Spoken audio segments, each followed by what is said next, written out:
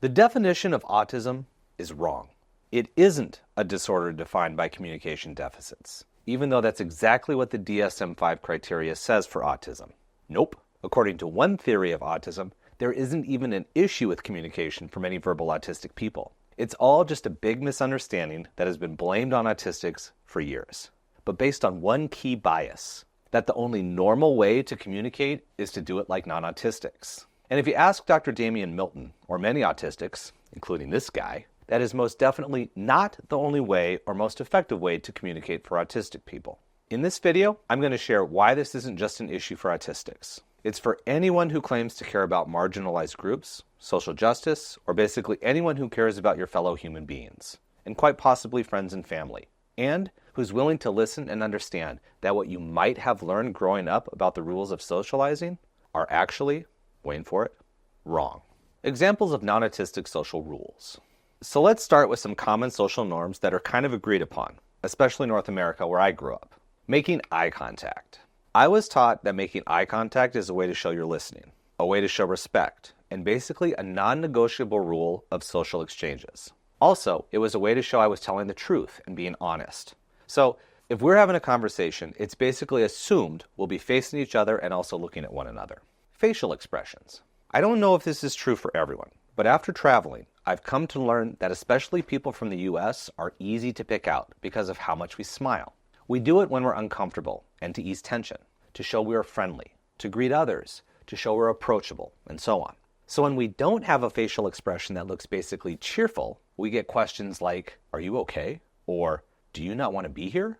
As a kid, I remember being told both explicitly and through questions like these to always be aware of my facial expressions because of how others will perceive them. Body language. You also need to be aware of body language. Folded arms could mean defiance, irritation, and anger. Tapping fingers on the table was impatience or annoyance. Same with rocking or bouncing your leg. It usually was a sign of wanting to leave the conversation, just like looking around too much means you want to leave. And doing other body movements repeatedly was just weird. Being indirect and nice. Now this could be because I grew up in Alaska and the Midwest, but I was taught that there are nice ways to say things, which usually involve being really indirect. It's something that Midwesterners get teased about sometimes, but it's also learned through the time we were kids. "Was that a nice thing to say?" Or, "How do you think that would make them feel?" When saying something like you didn't really enjoy eating a particular food. When you were asked directly, "Hey, did you like that?" "It was okay." And at what point does being indirect or nice cross the lines into being dishonest? Participating in small talk. The same goes for being part of small talk. It's part of being nice. And I get it. You're in a pretty small town and maybe there's not a lot going on and you have time to chit-chat. But the idea that someone wouldn't want to do that would really throw people off, especially where I grew up. And I'd venture to say a lot of people would say that you were rude if you didn't participate in it. And look, I'm not saying there's anything wrong with small talk if people want to partake in it, but it's also a generally accepted fact that everyone will be fine with it. Quick processing time. Having a conversation with someone else and they need time to think? It kind of throws things off in many situations, and it doesn't take long before other people start to show signs of impatience. If you don't believe me, just try going into a diner and not knowing what you want to drink and needing to think about it on the spot. Hiding frustration. As a kid, I learned quickly that when I was frustrated or upset by something, yelling or saying something about it or even doing something would just get me in trouble. So I learned to hide frustrations and over time also learned how to manage it. So these are just a few examples. I'm sure I could come up with more and I'm sure you could too. But let's keep things moving so we can see how this connects with the double empathy issue and autism. What is the double empathy issue? Okay, imagine you grew up in another country where eye contact doesn't matter. No one thinks small talk or niceties are important. You can rock and stim as much as you want. And you get unlimited processing time before responding. Wow. Then you get plopped into a place with all these social rules that no one tells you ahead of time. And there's so many of them. This is actually kind of like the experience of some autistic kids, diagnosed or not, when they first go to school. So you can see why it's so difficult to adjust, but also to understand. Why are these rules even important? It doesn't make it easier to communicate or understand the other person. So then, a lot of these kids don't make very many friends. They have a hard time working with most teachers. They're told they are wrong in the way they are doing things. A girl asked if you like her drawing of a horse, and you said, it looks like a dragon. Now she's crying, and you're in trouble. So why would you want to interact when everything you say is judged and seems wrong? But you survive school and mostly figure out how to make it through. Now, you're finally done with school. You get to a job interview, and then 100 more. But you never seem to actually land a job. Why is that? It could very well be because of the double empathy issue. So double empathy is an idea originated by Dr. Damian Milton, who suggested that when people with very different worldviews interact, they struggle to empathize with each other. So, when communication or social exchanges have issues and it's happening between an autistic and non-autistic person, in the past, the communication breakdown usually was blamed on the autistic person. But it's actually happening because there is a gap in mutual understanding that impacts empathy, perspective taking, and social perception. In other words, autistics are being judged based on different cultural norms, non-autistic social norms. Is that fair? And if they have a different way of socializing, like they were someone from a foreign country, would we blame only them for these communication issues? Probably not, because we would empathize with their challenges being from another culture. We would realize that we both have a part to play in the miscommunication and misunderstandings, because communication requires two sides. But that's not how autistic communication is viewed. And studies show that whether we want to believe it or not, non-autistic people judge autistics and blame them for the miscommunications all the time. And in a nutshell, this is the double empathy issue. And since Dr. Milton brought this issue to light, studies keep coming out to demonstrate that his findings are accurate. For example, studies have shown that autistics actually don't have a communication issue when communicating with other autistics. A study done at the University of Edinburgh in 2020 demonstrated that communication issues were only with mixed groups of autistics and non-autistics. But otherwise, autistic groups performed very similar to the non-autistic groups in terms of success of their social interactions for the study. A 2023 study showed that observations by non-autistics who were watching interactions between autistics with other autistics and with non-autistics showed they could sense the communication challenges between mixed autistic, non-autistic pairings, but proved double empathy when they attributed those difficulties almost always to the autistic person. Even a study in 2018 of misunderstandings between autistic people and their non-autistic family members found that there were many misunderstandings, but they were almost always attributed as a problem of the autistic person due to their diagnosis. But once it gets blamed on the autistic person, the solution for a long time has been for people to try to fix this issue by essentially training the autistic person on how to act less autistic. The double empathy issue and the success of many autistics when communicating with other autistics shows that it isn't a communication deficit, as autism is so often portrayed. It's a communication difference, and autistics can be just as successful socially when it's with people who understand, like other autistic people. But why should this matter to everyone? First, there's a lot more autistic people out there than are formally diagnosed. That might be a bold statement, but I'm saying this based on the number of autistic adults, myself included, who are undiagnosed or who can't get a formal diagnosis these days due to cost, long waiting time, or even doctors who have outdated stereotypes of what autism looks like. These people have often been flying under the radar, possibly even not knowing themselves that they are autistic, but struggling in certain areas of life. There are also kids who will become these adults and not have the support they need without better understanding. Here are some examples of why this should matter to everyone.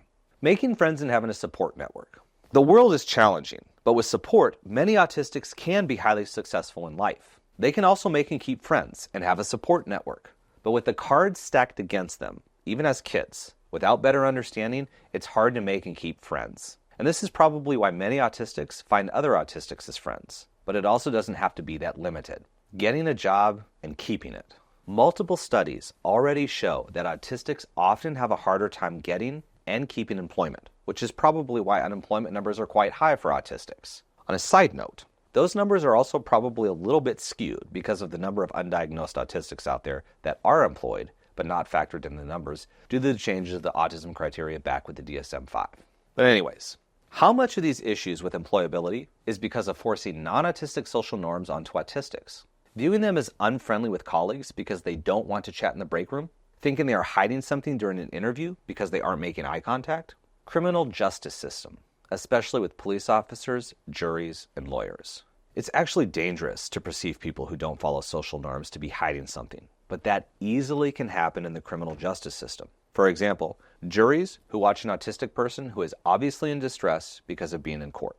Are they going to see someone who is guilty because of their body language and apparent lack of emotion and lack of eye contact? Or are they going to be able to separate their preconceived notions of what innocent looks like to focus on the facts of the case? Or think of the police officers who have said that common autistic behaviors like avoiding eye contact, pacing, repetitive movements, or not responding to questions, possibly because of zoning out and retreating into their own minds during a stressful encounter, are all signs to the police of lying or acting guilty. This isn't even to mention the times when an autistic person has a meltdown in public and then is in danger of being arrested or worse. Being autistic shouldn't be a crime, and empathy should go both ways, starting with some understanding from non-autistic people of autistic communication. Lack of support from therapists and doctors.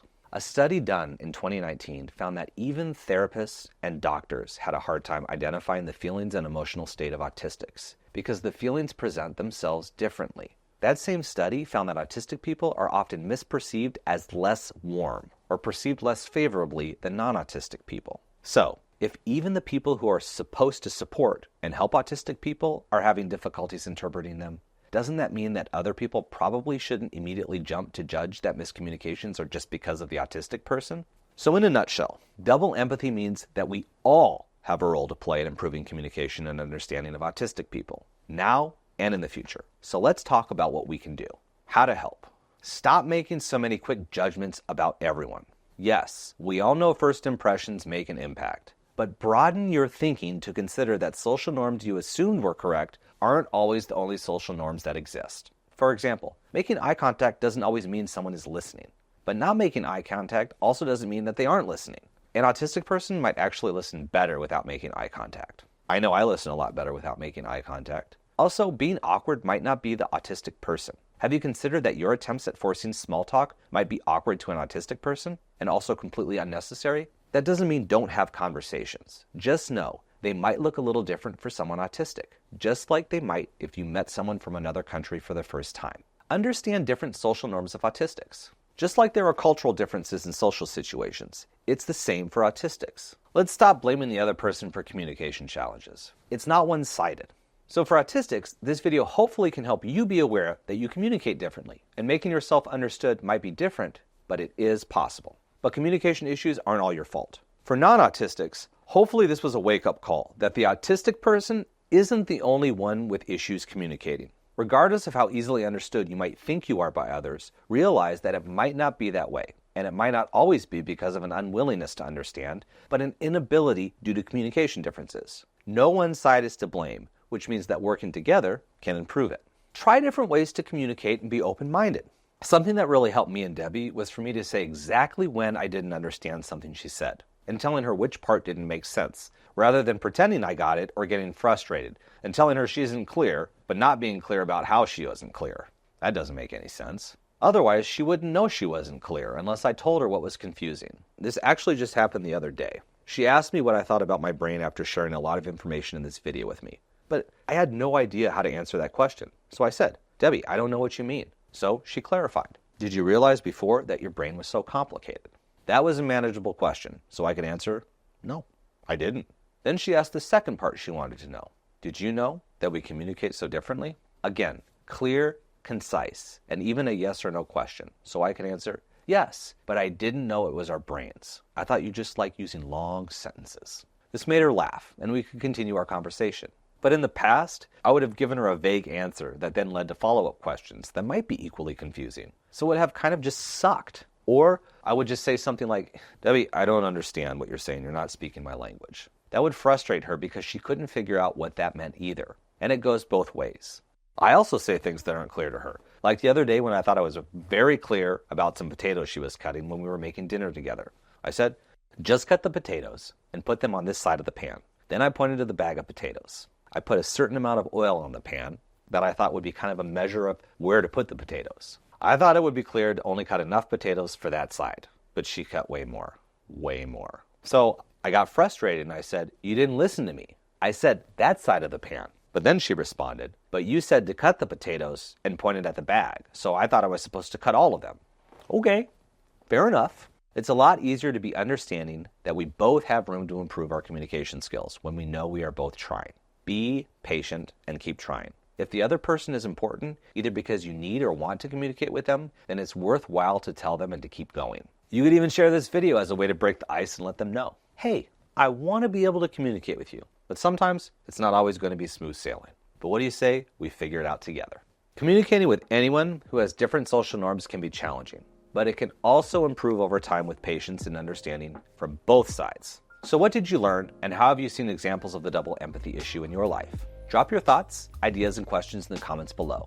Also, please share with people who you think could benefit: colleagues, teachers, family members, friends, and everyone, to help with better understanding of the challenges of double empathy and to hopefully encourage all of us to work to improve it together. As always, thanks for watching. Was that a nice way to say that? How do you think that would make them feel? Whoa! And in a nutshell, this is the double